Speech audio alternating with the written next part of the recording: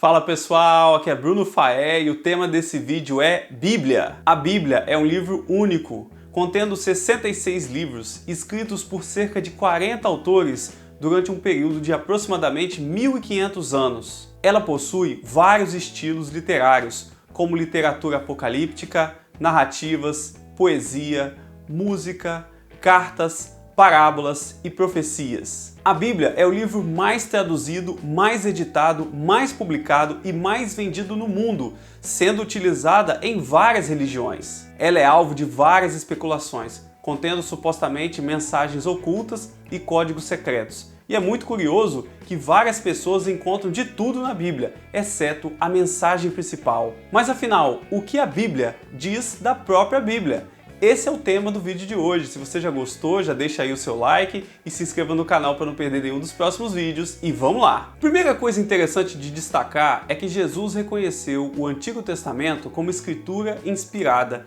Isso está lá no Evangelho de João, capítulo 5, versículo 39, que diz assim: "Examinais as Escrituras, porque vós cuidais ter nelas a vida eterna, e são elas que de mim testificam." Para os judeus, o termo escritura significava a lei de Moisés, os profetas e os salmos. Jesus estava conversando com judeus que eram estudiosos da escritura, ou seja, eles deviam saber o que a escritura falava. E Jesus está dizendo que as escrituras testificam dele, ou seja, o Antigo Testamento fala sobre Jesus e a sua obra de salvação. Isso a Bíblia confirma naquela passagem em que Jesus caminha com dois discípulos para Emaús, que está registrado lá no Evangelho de Lucas, capítulo 24, versículo 27, que diz assim: "E começando por Moisés e todos os profetas, explicava-lhes o que dele se achava em todas as Escrituras." Isto é, a Bíblia está dizendo que Jesus mostrou para aqueles discípulos que havia referências a ele em toda a Escritura, ou seja, em todos os livros do Antigo Testamento. Outra informação interessante que nós encontramos no Novo Testamento em relação ao Antigo é que a escritura hebraica foi escrita por homens, mas eles eram inspirados por Deus. Isso nós vemos lá na segunda carta de Paulo a Timóteo, capítulo 3, versículos 16 e 17, que diz assim: "Toda escritura divinamente inspirada é proveitosa para ensinar, para redarguir, para corrigir, para instruir em justiça, para que o homem de Deus seja perfeito e perfeitamente instruído para toda boa obra." Paulo está destacando aqui que era proveitosa a escritura inspirada. Isso porque existiam livros escritos na época do Antigo Testamento que não eram inspirados. Eles são chamados de livros apócrifos ou pseudepígrafos. Eram livros que podiam até conter narrativas históricas verdadeiras.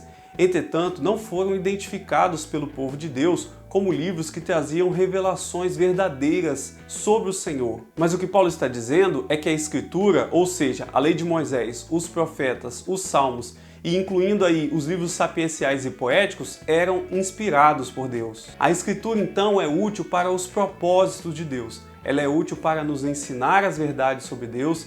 Ela é útil para responder às nossas dúvidas, responder às nossas perguntas sobre o Senhor, e ela é útil para corrigir os nossos caminhos quando nós estamos andando em caminhos diferentes daqueles que Deus espera para nós. Isso porque esses textos vieram diretamente do Senhor. Eles não foram produzidos pela mente humana, até porque a mente humana jamais teria capacidade de conhecer, de compreender e de desvendar os mistérios e as verdades divinas.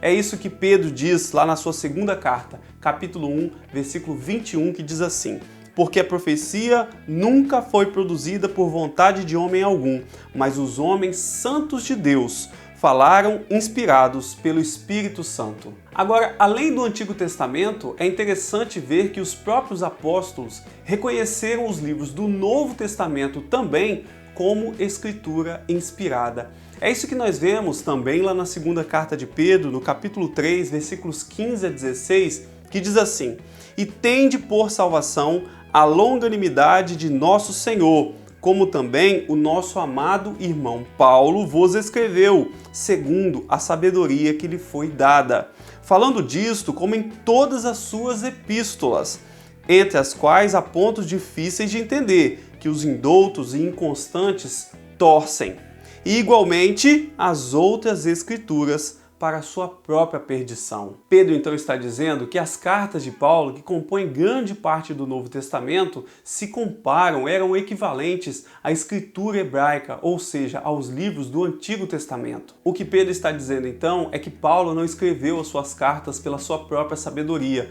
mas pela sabedoria que foi dada por Deus. E Pedro está dizendo que os inconstantes e indoutos torcem esta escritura, ou seja, tanto o Antigo quanto o Novo Testamento. Com isso, ele quer dizer que as pessoas selecionam textos isoladamente ou tiram versículos do seu contexto para justificar aquilo que elas mesmas querem dizer. E é por isso que nós vemos pessoas utilizando a Bíblia para justificar ideias e condutas absurdas, inclusive criando religiões que diminuem a própria pessoa de Jesus Cristo. Mas Pedro diz que essas pessoas estão fazendo isso para a sua própria condenação. Outra informação interessante é que a Bíblia diz que Deus escolheu todas as palavras da Bíblia.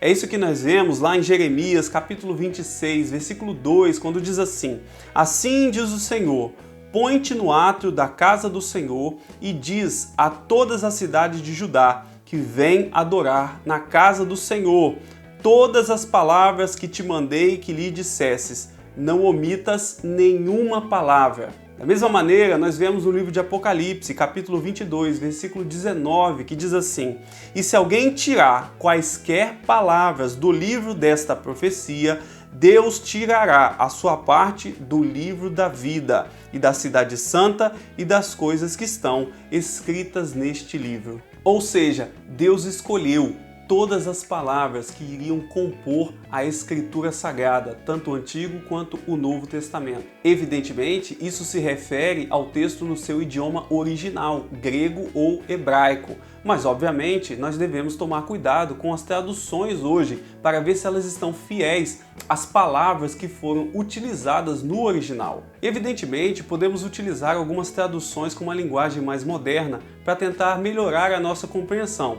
Entretanto, tem que ficar claro que aquela tradução ali não busca refletir exatamente o original. Devemos tomar cuidado para não extrair nenhuma doutrina somente a partir desse tipo de tradução da Bíblia. Mas saber que a inspiração é verbal é importante, porque nos faz dar atenção a cada palavra quando estamos lendo o texto sagrado. Cada detalhe pode fazer a diferença e pode ser uma mensagem de Deus para nós. E uma coisa interessante de se notar também é que, apesar da Bíblia toda ser a palavra de Deus inspirada, ela não registra apenas as palavras de Deus. Ela registra também as palavras das pessoas e registra inclusive as palavras do diabo, quando, por exemplo, tentou Jesus no deserto. Mas outra coisa muito importante que a Bíblia diz sobre a própria Bíblia é que ela tem autoridade para nos ensinar sobre a vontade de Deus. É isso que Jesus mostra quando ele ensina lá no Evangelho de Marcos, capítulo 11, versículo 17, assim: Não está escrito, a minha casa será chamada por todas as nações casa de oração, mas vós a tendes feito um covil de ladrões. Então é interessante nessa passagem que Jesus, quando está expulsando os vendilhões do templo, ele utiliza a escritura para justificar as suas ações. É como se o próprio Deus estivesse falando. Isso é importante para deixar claro que quando nós ensinamos, um pastor, por exemplo, ensina o povo de Deus, ele não fala coisas da sua cabeça, ele não deve ensinar as suas ideias, ele deve ensinar a palavra de Deus. Lembrando também que nem tudo que está registrado na Bíblia é aprovado por Deus. A Bíblia tem relatos históricos de idolatria, de misticismo, de violência, de estupro, de discriminação. Não necessariamente só porque essas coisas estão na Bíblia, Deus aprova. Mas voltando ao ensino de Jesus, é importante destacar que ele utilizava a Escritura como fonte de autoridade. Para nós cristãos, não serve como autoridade a tradição, aquilo que os antigos acreditavam ou que a nossa família acredita. E também não serve de autoridade a experiência das pessoas, revelações, visões que pessoas tiveram. Somente a Bíblia é a autoridade para nós e a nossa regra de fé e prática. A Bíblia é o padrão pelo qual todas as crenças devem ser julgadas. É isso que nós vemos lá no livro de Atos, capítulo 17, versículo 11, que está escrito assim: Ora, estes foram mais nobres do que os que estavam em Tessalônica, porque de bom grado receberam a palavra, examinando cada dia nas Escrituras se estas coisas eram assim. Paulo está elogiando os crentes de Bereia, porque toda vez que eles ouviam um ensino novo, eles iam conferir na Escritura se estava de acordo com aquilo que já estava escrito. Isso mostra, então, que nós, toda vez que recebemos um ensino de qualquer pessoa, vindo de qualquer livro ou da internet, devemos ir na Bíblia conferir se está correto. Por fim, é a Bíblia que tem o poder de tocar o nosso coração e a nossa alma. É isso que está lá em Hebreus, capítulo 4, versículo 12, que está escrito assim: Porque a palavra de Deus é viva e eficaz, e mais penetrante que espada alguma de dois gumes, e penetra até a divisão da alma e do espírito, e das juntas e medulas, e é apta para discernir os pensamentos e intenções do coração. O que o autor está dizendo é que a Bíblia toca na nossa vida. Ela mexe com a nossa razão, ela mexe com as nossas emoções. Ela nos motiva a melhorar, ela nos incomoda quando nós estamos fazendo alguma coisa errada. Ela nos leva ao arrependimento. Ela nos ajuda a discernir se os nossos pensamentos, se o nosso coração está de acordo com a vontade do Senhor. É a palavra de Deus que desperta a fé salvadora, como está lá em Romanos, capítulo 10, versículo 17. A fé vem pelo ouvir e o ouvir a palavra de Deus. Se você precisa fortalecer ou desenvolver a sua fé, leia a Bíblia. É na Bíblia, é na Escritura que você vai conhecer o amor de Jesus por você.